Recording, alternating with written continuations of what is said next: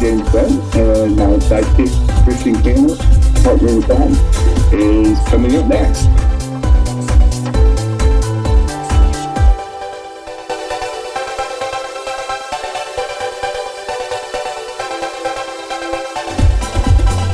Hey everyone, I'm Jen's sidekick. Welcome to Two Queers in a Truck.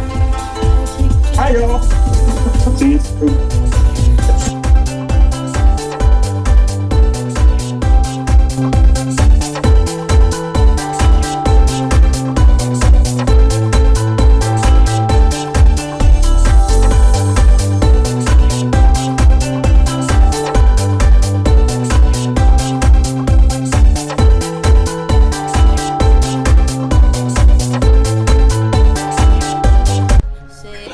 Good morning, everybody. It is Two Queers time, and we're already sitting March 13th.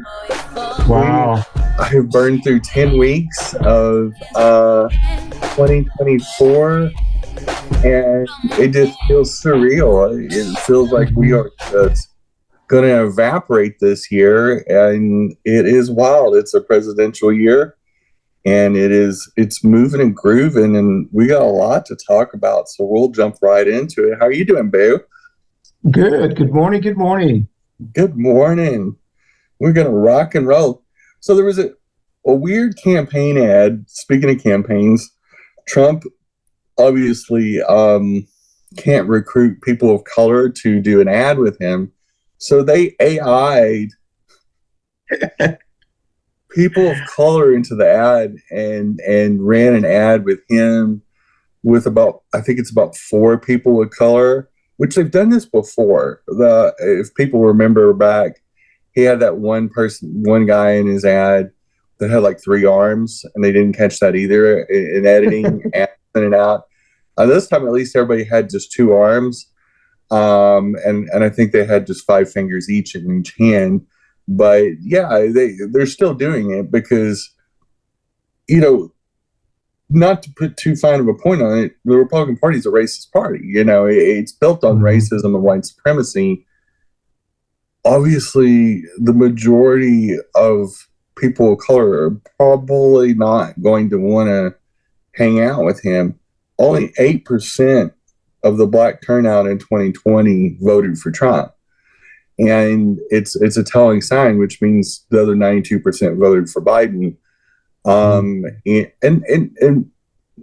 to be fair, I mean, the Republican Party used to have a little bit more diversity, but since the Obama era and the heaviest of the last migration, the Republican Party has been 90% white for a minute, and which very much suits the race baiting of Donald J. Trump, and it fits with the narrative, and the fact that the future leader of their party was doing the birther movement and all that, and of course, obviously, the shift with Obama becoming president, being the first man of color to be president, and the rest is history, but why do AI? Why bother? Yeah. You're not fooling anybody because you're going to get caught, because there's probably enough gay assistants that are chatty Cathys that are going to go, you wouldn't believe what they did, and girlfriend, like, can you believe what this jackass did? And they're going to tell people. It's never going to be a secret that, we can't put it past, like, all bets are off on Trump. Like, there's not a low that he'll sink to. Like, every Republican that I can think of had a certain modicum of decency, except Trump. Trump doesn't give a shit as long as he can keep that con game going. And he's had that history. His racist daddy got in trouble with the Department of Housing and got sued. And of course, his dad was a Klan member. Trump himself called out for the execution of those 5 teenagers and in New York at that time, and then they ended up getting exonerated. Yeah, the Central Park 5, yeah.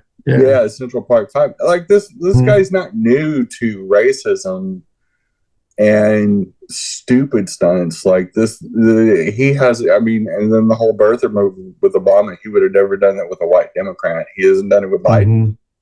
Yep.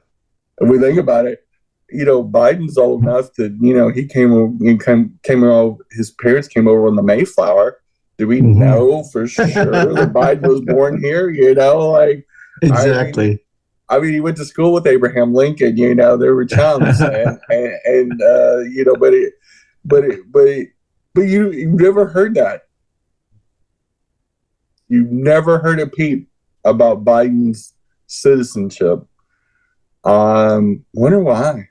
You know, like it people of color and diverse ethnicities face that. Just as you know, a lot of people don't know that watch this show. They may or may not realize we're very close friends. We're best friends. All on the camera most of the time, off the camera all the time. And I've been in public settings where you as a Tejano have faced this weird, you know, where are you from? And they're looking right at you. And I'm standing there too. And my family's been in the country a fraction of the time that your family's been here. And I'm like, you should be looking at me. I'm only second generation. He goes back to like 1700s or some shit like that. Like he's more OG American than I am. I'm just promise you, you know. And so I think it's so bizarre because they'll look at you, look at me, and make that decision, and that's inherent racism, and it. I see it hurt my friends, and it's sad because that kind of stuff just that spirals into so much and says so much about America and conservative white people, you know, and it's just cringe. And you know, that's an excellent point, Jenny. And I know I'm probably taking this a little bit longer than you want to, your little segment, but do you think that because I know people, and we both probably know people that are still like Republicans, so to speak, you know, like rhinos, not die hard, but, you know, Republicans. Yeah.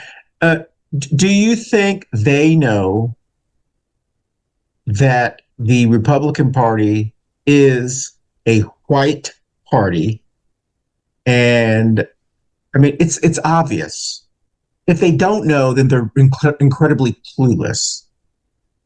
You know, I think there's some willful and some woeful ignorance. I think they try to make it, you know, like when you're a shitbag, you don't really, even if you kind of revel in some of the aspects of being a shitbag, you don't really necessarily want to be labeled a shitbag because it's probably not a fun thing to hear, even though you probably have earned it.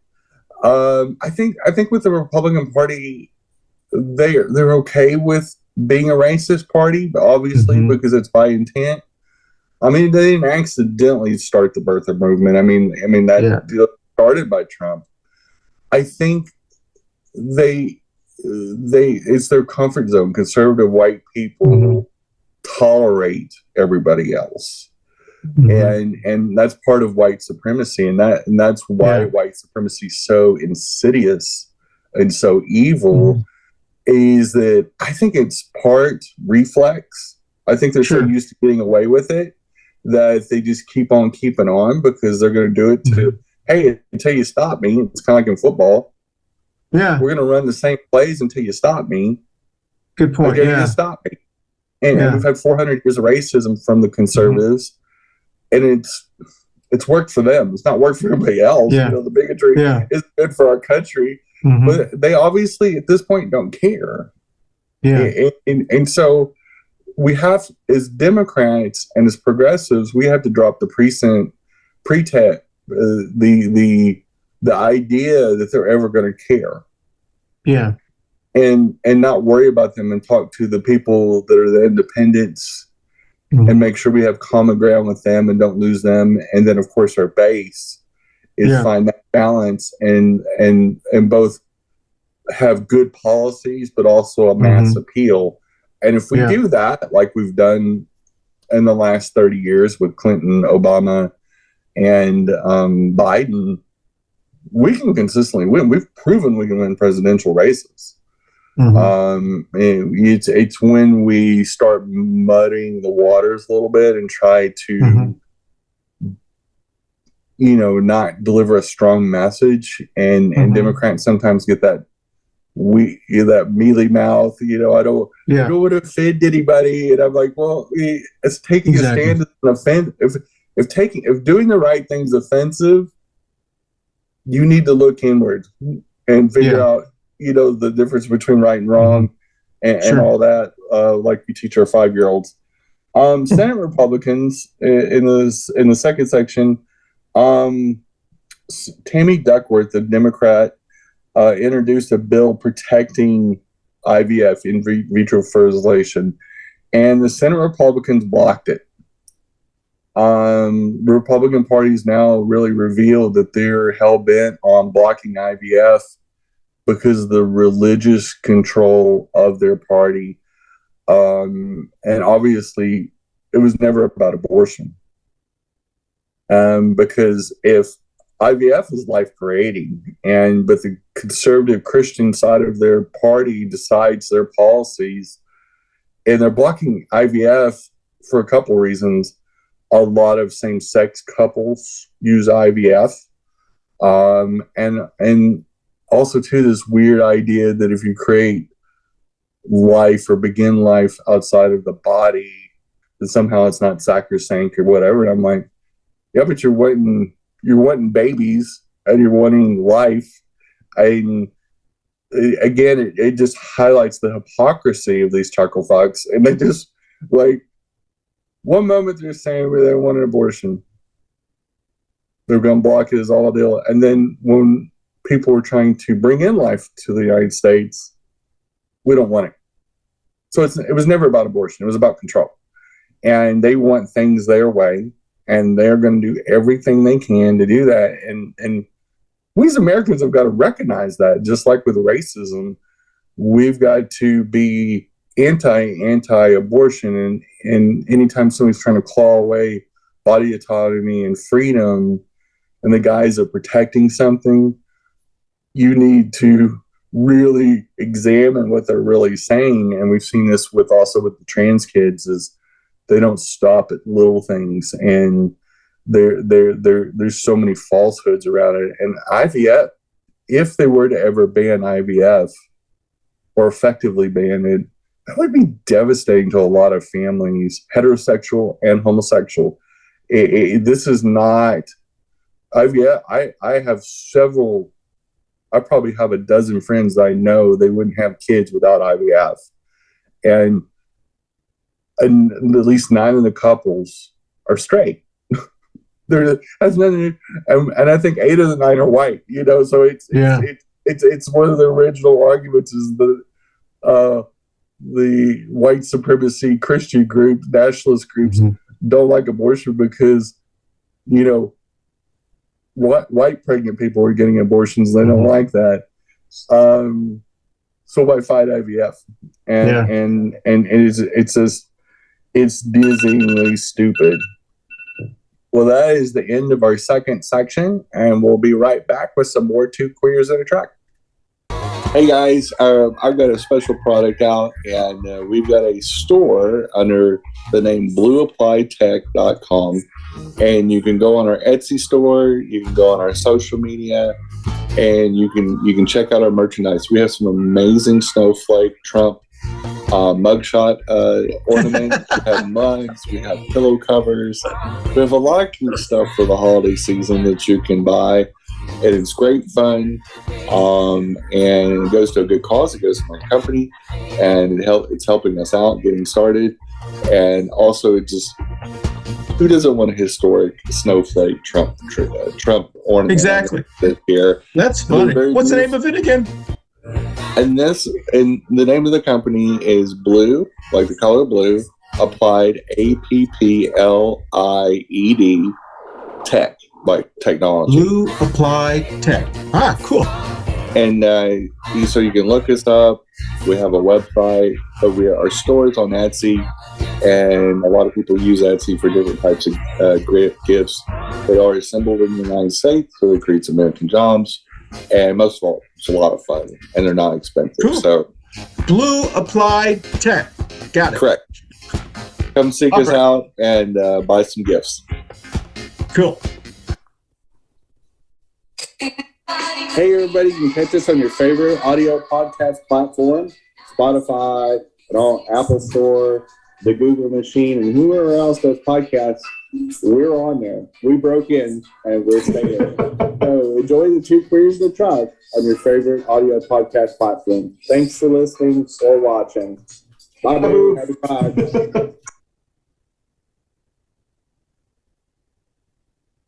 And we are back. Chris, the Republican Party's not short on stupid. If we could use stupid to power America with energy, we wouldn't need fossil fuels. That's for sure. We just plug the things into their ass and we can run cars with them. It's like they seem to have doubled and quadrupled down on stupidity in the MAGA area. Is it just me, or are these people extra stupid? They're special. They are. They're special. They've been. I don't. A friend of ours that has a place with us up in the mountains. He says he has a term. He said he calls them. They're touched. He's not wrong. He's absolutely not wrong. Like that's an old school term too. Yes, that's what I've never heard it before. I thought that was funny. I had an uncle or somebody. I remember them saying. I haven't heard it in a long time. But I mean, that definitely has some old. It was a nice way of saying elevator doesn't hit the top floor. Federal authorities are bringing the heat on Owasso, Oklahoma school system since the hate crime killing of Next Benedict, including the Department of Education is investing the state superintendent, the hiring practices of Chaya, and that has the libs of TikTok terrorist link. And they're absolutely going to put a federal case together. There could be federal hate crime charges. I hope that federal hate crime charges are applied to this because this is a hate crime. They beat a non-binary 16-year-old amazing indigenous student to death. And it's not a coincidence that other incidents against transgender students in that school system, including that school, have been going on for a minute, and especially amped up after they hired Chaya. And Chaya had just visited that school the day before the murder. So you tell me, I'm not a rocket doctor. I'm not no Columbo or a specialist for you youngins. Columbo was an old school TV character that was an investigator played by Peter Falk. You can Google it or probably find the reruns on YouTube by now. But you don't need to be a Sherlock to figure out if it walks like a terrorist and then quacks like a terrorist. It's probably a terrorist, and Chai is a terrorist. And so is the Oklahoma school system. It's a bully system. If you're going to foster hate and foment hate, this is what happens. This is the consequence. You got a student murdered on campus that got beat to death to the point where they could not walk out of the bathroom themselves, and then died the next day. And it tells you where they're at and how little, like, the whole anti-trans thing in the school was supposed to be to protect students. And again, we can go back to, it never was about students. It was about having a wedge issue and a false fucking narrative that now has resulted in a student's death. When you stand up and you point to somebody, just like Nazi Germany and the Jews, there was tons of ancillary violence towards the Jews because they're like, yeah, they're the problem. And when you create a generalized problem and this fear porn, just like many of the Hispanic Latinx community have faced it. We saw this with COVID in China and Asian people, and how many hate crimes, even from some semi-nat, we saw it at 9/11, where people were uncomfortable with anybody that looked anything like bin Laden in any way, shape, or form, that wore headdresses, and even if they weren't from the same religion or the same country or anything. I know that my friends in those communities for the first 3 or 4 years after 9/11 faced that, because we sat there and just, even though 9/11 was a tragedy, we turned on Americans. And there's a fine line between holding somebody accountable like a scumbag like bin Laden. Yeah, go get him. I'm all for that. I'm not for war. But yeah, I would have gone with them. I would have been happy to have hunted him down, capture him, and then drag him down Pennsylvania Avenue after we find him guilty in the court of law. 100%. 100%. And I've taken an oath of peace a long time ago. But yeah, he deserved death. He killed thousands of Americans for no fucking reason. I get that. But we shouldn't kill 1 million more people of color all over the world because we need to make money. And that's that balance. This is the Republicans and conservatives go-to is, I want that land and I can't share it with the indigenous people, so I'll wipe out the indigenous people instead of working with them. And maybe we could have used the partnership and the labor, and we wouldn't have had to have, well, we didn't have to bring in Africans. We chose to bring in Africans. Yeah. But just think if we just would have worked with the 95 million indigenous nations and built partnerships all across the fruited plain, how much more money we would have made, how much better we would have done, how much better they would have done, because they wouldn't have been mass murdered, and how different this country would look in so many good ways. And instead we choose violence. Conservatives always choose violence, whether it's segregation, whether it's war, and diminishing people.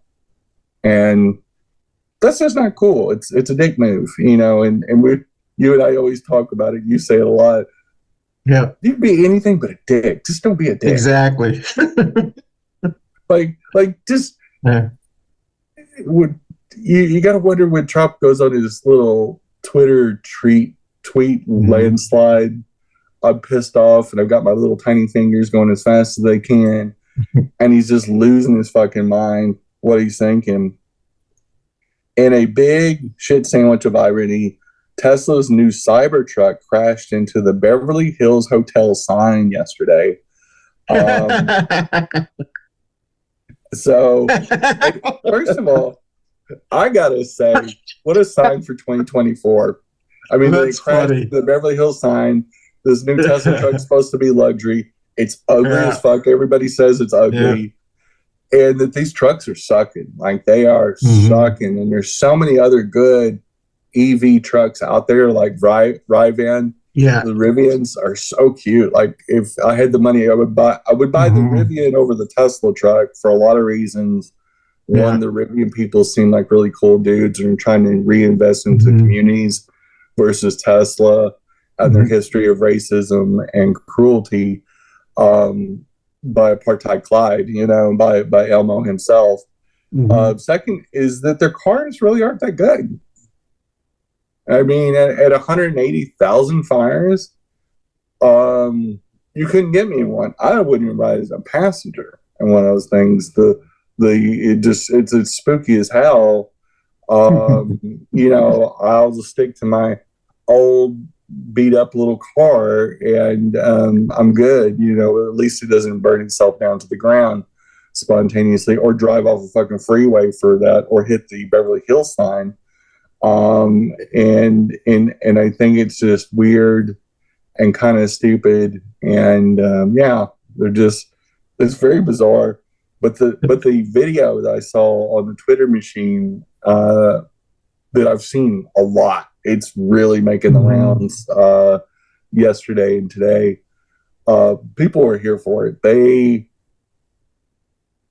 the arrogance of him buying Twitter, for example, and spending $55 billion on a company that's worth about maybe 17 billion, maybe. It may not even be worth that. Of mostly other people's money. Elmo didn't have that much cash laying around. I don't think anybody does. And just to control and trash it because his fifis got hurt because Twitter did the right thing and shut out people that should not be on there if they're stoking January 6th type things. That's a violation of terms of agreement. It has nothing to do with free speech. But many people said, I think that truck crash is a sign of 2024. Like it's kind of an allegory. Like, oh my, that this brand new truck we've been waiting for, that they've been hyping for years, can't stay on the road. And that's not the first crash people have documented. And it just came out a few months ago. And so it's kind of fucking funny. But Jenny, you and I both grew up in Texas. Yep. Someone who owns a truck, they're not going to buy a Tesla truck. No. I mean, I'm trying to think. I'm trying to think I guess it would be someone who just wants the idea of something unique looking, so I mean, they're not going to buy it to like pull a trailer or to work with or, to what. It's probably just a bigger regular Tesla, so I don't, if you're a truck owner, it'd be like, it'd be like, oh, I guess I did. I mean, the Ford 150 all electric truck is really a cool truck. It can actually pull and work stuff, and so I guess I don't understand. I'm sure there was market research. I don't understand Emo's or what do you call him? Emo? Elmo. I don't understand Elmo. I don't understand Elmo's thinking. People in Texas aren't going to go out and buy a Tesla truck. I mean, which I don't know, is am I missing something? 75% of the domestic market is Texas and Oklahoma. Yeah. And so, yeah, no, you're 100% right. That's a great point. This is, as we called, there was a point in time in the 90s when the city trucks started getting built with the leather seats and the accoutrement that looked like a Cadillac. They started making them like Cadillacs, especially the half-ton pickups. Yeah. The lighter weight, not the heavy duties. And people started driving trucks as cars, just really a little bit bigger. They got the utility of the back, the bed. They started making 4-door trucks. First they put in the suicide doors, and they put full-size doors into these things. And then they just really became passenger cars for many aspects. And they cease to be, because when you and I grew up, trucks were trucks. They were stinky, they were smelly, they were working vehicles. They had nothing to do with hauling the family to soccer games and shit like that. And now they've turned into, there's at least a blend of them, but that Cybertruck Tesla thing is hideous and honestly, it doesn't look like it doesn't. From what I can understand, it's just a car or an SUV more or less. This is kind of convertible. We're up against our second break, and we'll be back with some more Two Queers in a Truck. Hey, everybody, you can catch us on your favorite audio podcast platform, Spotify, and all Apple Store, the Google machine, and whoever else does podcasts. We're on there. We broke in, and we're staying. So enjoy the Two Queers in a Truck on your favorite audio podcast platform. Thanks for listening or watching. Bye-bye. Happy Pride. Hey, everyone. Thank you so much for watching us on Two Queers in a Truck. Don't forget, you can watch us anytime at your leisure on our video podcast platforms like Facebook and YouTube. But you can also listen to us, either this show or any of our past shows, on our audio podcast platforms like Apple, Amazon, Google, Spotify, and all of the other ones. So once again, thank you for watching Two Chords in a Truck. I hope you enjoy our show. Yeah, I mean, I'm trying to vision. You know, I have a lot of family members, and you probably have a lot of them have trucks. Yeah. And even the ones that don't really like work with their trucks, they at least use them to haul stuff. Oh, 100%. You know, pull a jet. Yeah, pull a jet ski. You Yeah, know, or something. or something. So I'm trying to think. Would they buy this? I don't know. I mean, I can't picture yeah. somebody like my dad that's consistently bought Hondas and Toyota trucks and Fords over his life, over his 80 years. Yeah. I can't picture my dad, and I know that the marketing is not targeting somebody like my dad. Yeah. You know, it's targeting the Tesla bro market. They're really just cannibalizing their own market so that they get something other than cars, and I guess they have an SUV. I don't really pay Tesla no mind, because no matter how much money I have, even if I had $10 million to make, I still wouldn't buy a Tesla. I absolutely abhor everything that Elmo is, and there's a ton of, like you said, there's a Ford F-150 that's a damn good EV truck. There is major independents like Riven that I've seen them running around Charlotte, North Carolina, and they're super cute and they look like a truck, but they got cool style points. They actually look 10 times better than the Teslas, and don't have the problematic owners that the Tesla has. That's an absolute jackass, you know, and just his work. And he's one of those people, when we say you can be anything but a dick, Elmo is the quintessential, I'm going to go out of my way. His own transgender daughter does not like him. Yeah. Mm-hmm. And which, ironically, since he's misgendered his daughter a lot, she misgenders X and calls it Twitter. So there you go. like you know, and a lot. I won't call it X because he dead named his daughter a lot. Was such a dick about it. Has been such a dick about the trans community. Just to punch down, I'm going. You know, you can live on a stack of money, but you still ain't worth anything. You know, you're still just $10 worth of chemicals at the end of the day. And that's right. You know, and we all are. And there's some people in this world, I'd like to buy them for what they are worth and sell them for what they think they're worth. I'd be a billionaire. Wyoming bans trans health, but they still allow kids to play football, and they still allow child brides. And I think it's interesting when they pass this shit and take away healthcare, legitimate healthcare, that the largest psychology association calls absolutely vital and necessary, at 157,000 psychologists across the United States all endorse trans youth health care. The Wyoming inbreed jackass Republicans have banned it, but yet their premise is they're protecting kids for long term, but they'll let them play football. Oh, let me tell you something. As somebody that played 7 years of football, I wish somebody would have banned football in high school, junior high, and just started letting you play outside the schools or in college, because it does you no favors. How many people have died or gotten brain damage or Parkinson's, or what they call punch drunk? Look at Muhammad Ali, even though he wasn't a football player, but look at Junior Seau and his tragic story. And concussion syndrome is real.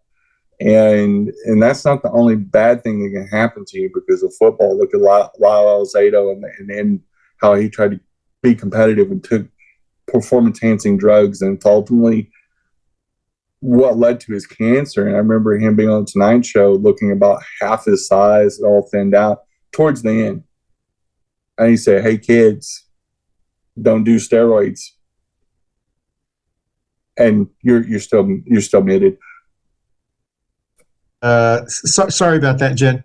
I wanted to touch on that because I've been wanting to bring this up to you about this kid protecting talking point that they've had and what your thoughts are about it. Because I don't want to extend this segment on your show, but this kids protecting thing to me is so crazy because they've been doing all these things for protecting kids. It's the first time that I'm ever aware of that people want to pass laws about protecting kids that are things that the kids' parents aren't asking for.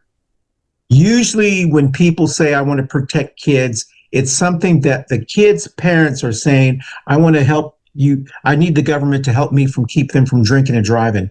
I need the government to help me to keep my kids from doing drugs. I need the government to help me from this. This is the first time they have tried to pass laws and passing laws that are laws that the actual parents of the kids aren't asking for. Yeah, and the parents are petrified. So much so, thousands of families with transgender children literally in the last couple of years, because of Paxton and Abbott and their reign of terror against these families, have literally become refugees. And it's one of the things that really started turning my heart against our birth state and stop calling it my home state. It's not home anymore. I can't call it.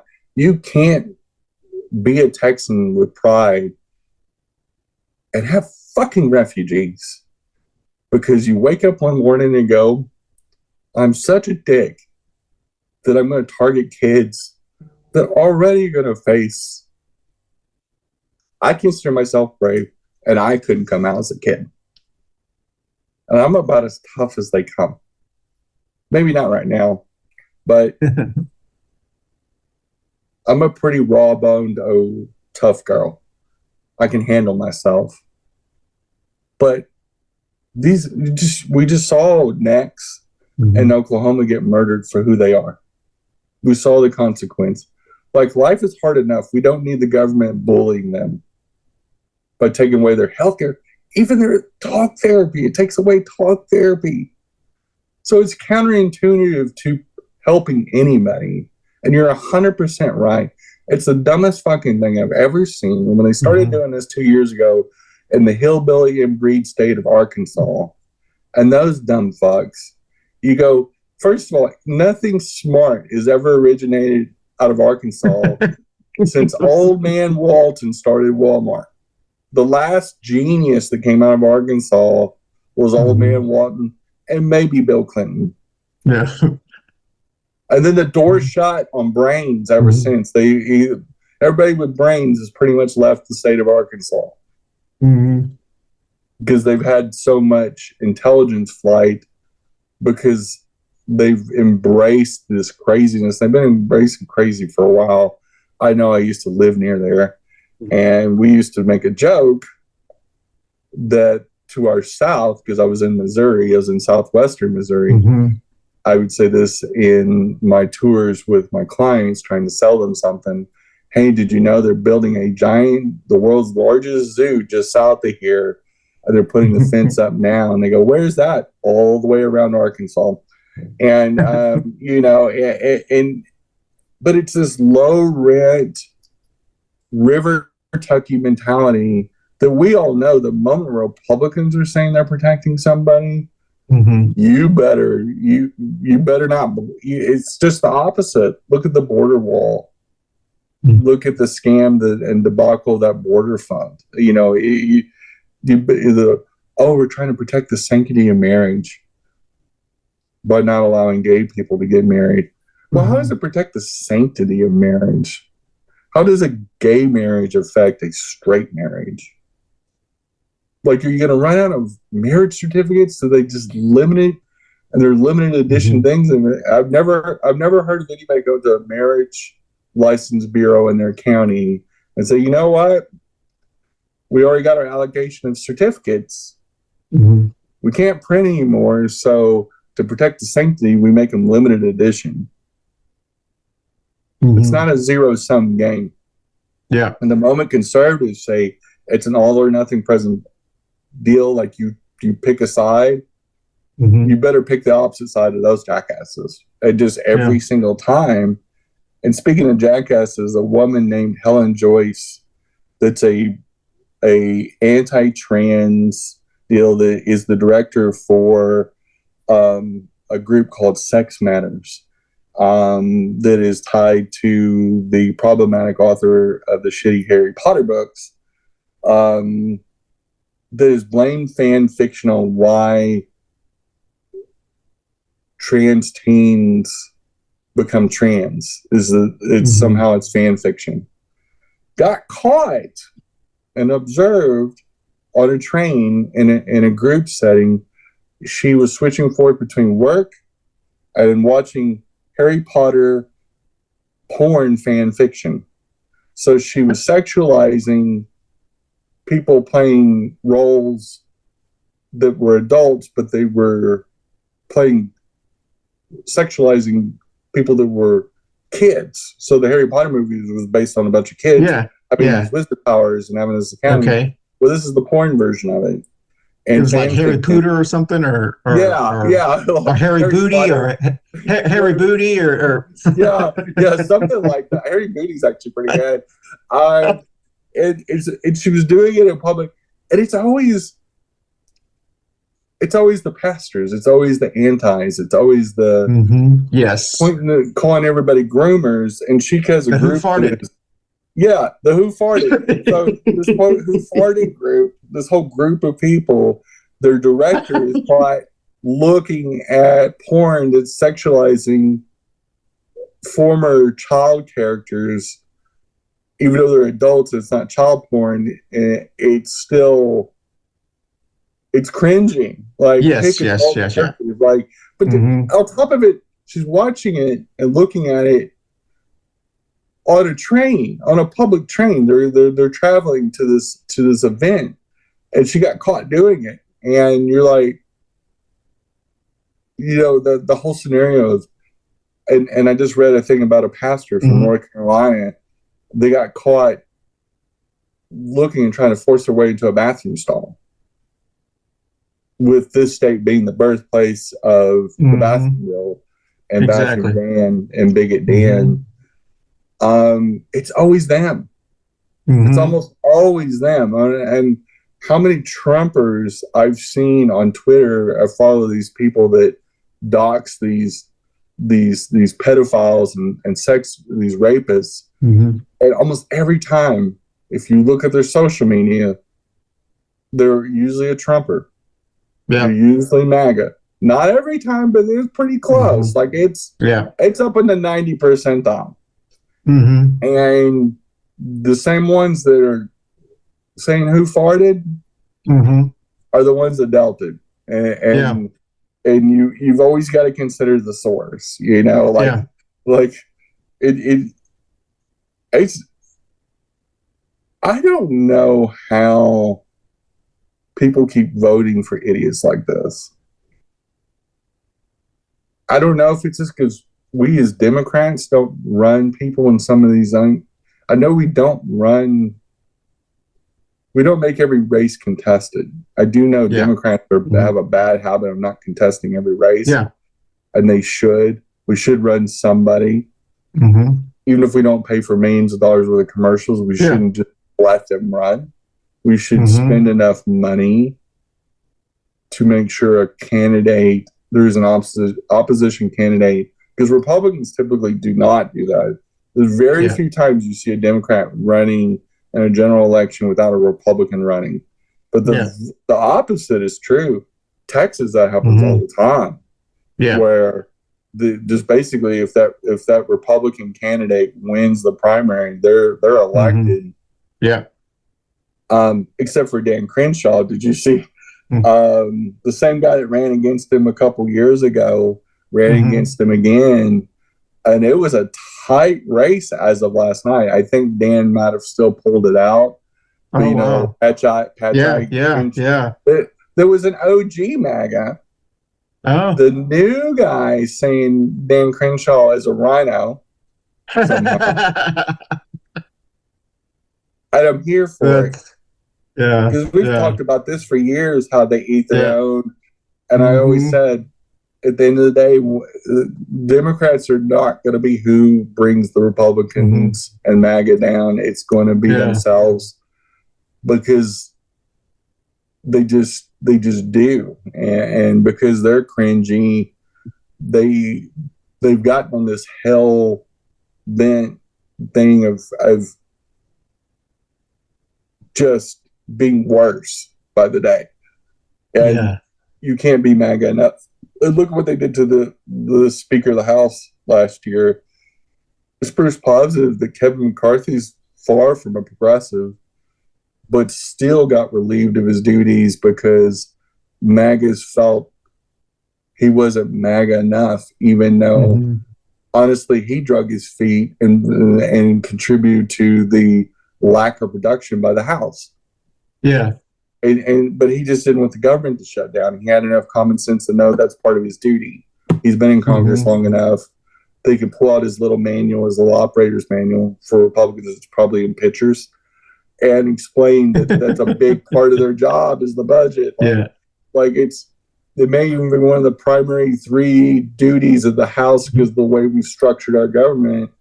And they just they keep having to do little stopgap measures, and now we're into March. We're into the 3rd month of the year. And don't have a budget. Yeah. And don't have a fucking budget. It's that's crazy. Bizarro. Why not just pass it? Yeah. Because you still have a budget, a temporary budget in place. Yeah. What's the difference? Yeah. Because you're just delaying. What they're trying to do is stall out the Ukraine packages and these other packages they don't want. But I'm like, eventually you're going to have to vote on it. Yeah, exactly. Yeah. Because eventually there's going to be, because there's enough parliamentary procedures that eventually Democrats are just going to get tired of this waiting game, and they're just going to force a vote on things. And then it's going to pass. And then it's going to just get done. Yeah. And it's silly. At this point, they're not proving any point other than they don't have a point or a clue. Yeah. And they're just dumber, and they're just being a dick. Yeah. At the end of the day, is just don't be a dick. And the conservatives and the Republicans have gone out of their way especially since MAGAs began. Yeah. Like, let's put some extra dick on that. Like, let's just slather it on like syrup, on pancakes. Like, we didn't have enough dickishness. Like, Nixon and Reagan weren't big enough dicks, or Cheney. Let's be extra dick in the MAGA era, and let's just, it's just like the Republican Party's had enough problematic behaviors and people since Nixon. You would think at some point, because history's going to remember them like that. Cheney's not going to be thought of as fondly. Not Dick Cheney. Maybe Liz. Maybe will reform the party if she gets traction. Or at least she was the beginning of it. But Dick Cheney is no. But look at the people now. Like, in 10 or 20 years, the history is not going to be kind. Either from the world history and looking at the collapse of America, if these people are successful, or American history, because we voted and participated in voting this year and in the next cycles and stomped out MAGAnism, let force them to fall apart, force them to collapse, because gosh dang it. These people, besides being opposites from you and I, they're also just stupid. I don't want to hand our country over and our next generations over to these stupid people. That's scary as hell, because these people are dumber than a bag of dicks. Yeah. and that's pretty dumb. That's an insult to the bag of dicks. But we've actually we've run out of time, and we got to rolling, and this is kind of been the March Dick version of Two Queers in a Truck. It seems to be the theme. But we'll see you next week. Bye, dude. Bye, Boo. Good show. Hey, y'all. Thanks for watching Two Queers in a Truck. And we will see you next week. And happy presidential election year. So see you soon. Bye, Boo. Bye, Boo.